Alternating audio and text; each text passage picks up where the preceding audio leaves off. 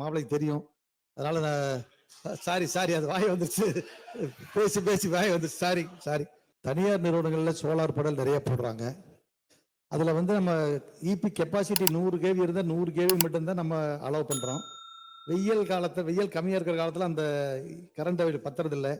ஆனால் 100 கேவிங்கிறது ஒரு 120 கேவிக்கு இப்போ அனுமதி கொடுத்தா சௌரியமா இருக்கும். அதனால இபிக்கு எந்த லாஸும் இல்லை, மாப்பிளைக்கு தெரியும். அதனால நான் சாரி அது வாய் வந்துருச்சு. பேசி வாய் வந்துருச்சு. சாரி. அதனால தெரியும் அவங்களுக்கு. அதனால அந்த 100ங்கிறது 110 120 கேள்வி கொடுத்தாலும் சௌரியமா இருக்கும். அதனால அதுக்கு கொஞ்சம் அனுமதி கொடுக்கணும். அதே மாதிரி அந்த HT லைன்ல அந்த சோலார் ஒரே ஒரு நிமிஷம் அமைச்சர் பதில் சொல்லுங்க.